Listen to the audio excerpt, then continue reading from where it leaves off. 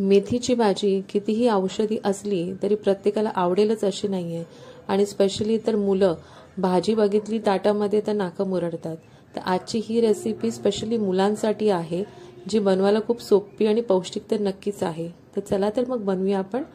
त्याला लागणारं साहित्य 7 ते 8 लसूण पाकळ्या, अर्धा इंच आले, 3 ते 4 हिरव्या मिरच्या आणि धणे हे सर्व एकत्र करून त्याचा ठेचा बनवायचा आहे. मिक्सरमध्ये तुम्ही बारीक पेस्ट पण बनवू शकतात. आता एक वाडका घ्यायचा, त्याच्यामध्ये आपण अर्धी वाटी पोहे घ्यायचे. आपण कांद्या पोह्याला जे पोहे वापरतो ना तेच पोहे घ्यायचे आणि त्याला 2 ते 3 वेळा स्वच्छ पाण्याने धुवून काढायचं आहे. पाणी व्यवस्थित गाळून घ्यायचं आहे आणि 10 मिनिटं आपल्याला पोहे तसेच ठेवायचे आहेत. 10 मिनिटांनंतर आपल्याला हे पोहे मळून घ्यायचं आहे. जसं आपण गव्हाचं पीठ मळतो त्या पद्धतीने आपल्याला मळून घ्यायचे आहेत हे पोहे. व्यवस्थित मळून घेतल्यानंतर एकसारखे त्यामध्ये बाकीचे आपण जिन्नस टाकणार आहोत. तर ह्यामध्ये सर्वप्रथम आपण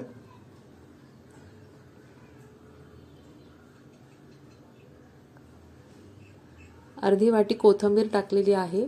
नंतर जवळजवळ 2 वाट्या इथे मी मेथीची पानं घेतलेली आहेत. कवळी मेथीची पानं. आता थंडीमध्ये खूप छान मेथीची जुडी भेटते, तर ती तुम्ही आणा आणि ती बारीक आपल्याला कापायची नाही आहे, हातानेच आपण मोडून घ्यायची आहे. अशी रफली त्याच्यामध्ये टाकायची आहे तोडून. आणि नंतर त्याच्यामध्ये मी 2 उभे चिरलेले कांदे टाकलेले आहेत. मोठे मीडियम साईज नाही, मोठे कांदे घ्यायचे आहेत. कापून टाकल्यानंतर आपल्याला हे सगळं व्यवस्थित मळून किंवा मुरडून घ्यायचं आहे. व्यवस्थित मुरडत आपल्याला हे मळून घ्यायचं आहे, जेणेकरून कांद्याला जे पाणी सुटेल त्याच्यामध्ये हे व्यवस्थित मिक्स होणार आहे. हे सगळं करताना आपल्याला पाण्याचा वापर अजिबात करायचा नाही आहे. थोडा वेळ लागतो, पण हे व्यवस्थित आपल्याला पाणी न वापरताच मळून घ्यायचं आहे. ही तुम्ही संध्याकाळच्या स्नॅक्ससाठी किंवा सकाळी पण तुम्ही डब्यामध्ये मुलांना देऊ शकतात हा पदार्थ. व्यवस्थित मिक्स झाल्यानंतर त्याच्यामध्ये आपल्याला जे ठेचा बनवलेला होता तो टाकायचा आहे. तो टाकल्यानंतर आपल्याला यामध्ये 3 चमचे मी तीळ घेतलेले आहेत ते टाकायचे आहेत. त्यावरती आपल्याला चवीनुसार मीठ टाकायचं आहे. नंतर अर्धा चमचा हळद, 1 चमचा लाल तिखट टाकायचा आहे किंवा ठेवणीतला मसाला पण तुम्ही इथे वापरू शकता. नंतर 1 चमचा मी आमचूर पावडर टाकलेली आहे. तुमच्याकडे आमचूर पावडर नसेल तर चाट मसालाही वापरू शकतात. आणि आंबट गोड चव येण्यासाठी थोडा चमचा आपण साखरही वापरू शकतो. इथे मी वापरलेली नाही आहे. तुम्हाला जर आंबट गोड चव आवडत असेल तर तुम्ही टाकू शकतात. नंतर व्यवस्थित एकदा परत मोडून घ्यायचं आहे, जेणेकरून सगळ्याला व्यवस्थित हे मसाले लागले पाहिजे. मळून घेतल्यानंतर आपण अर्धी वाटी बेसन घेतलेलं आहे. आता परत बेसन मिक्स करताना पण आपल्याला पाण्याचा वापर अजिबात करायचा नाही आहे. मळताना बऱ्यापैकी पाणी सुटतं मेथीला आणि कांद्याला सुद्धा. त्या पाण्याचाच वापर करून आपल्याला हे पूर्ण पीठ मळायचं आहे. ते मिश्रण जास्त चिकट वाटत असेल तर त्यामध्ये थोडं बेसन ऍड करून तुम्ही मळू शकता.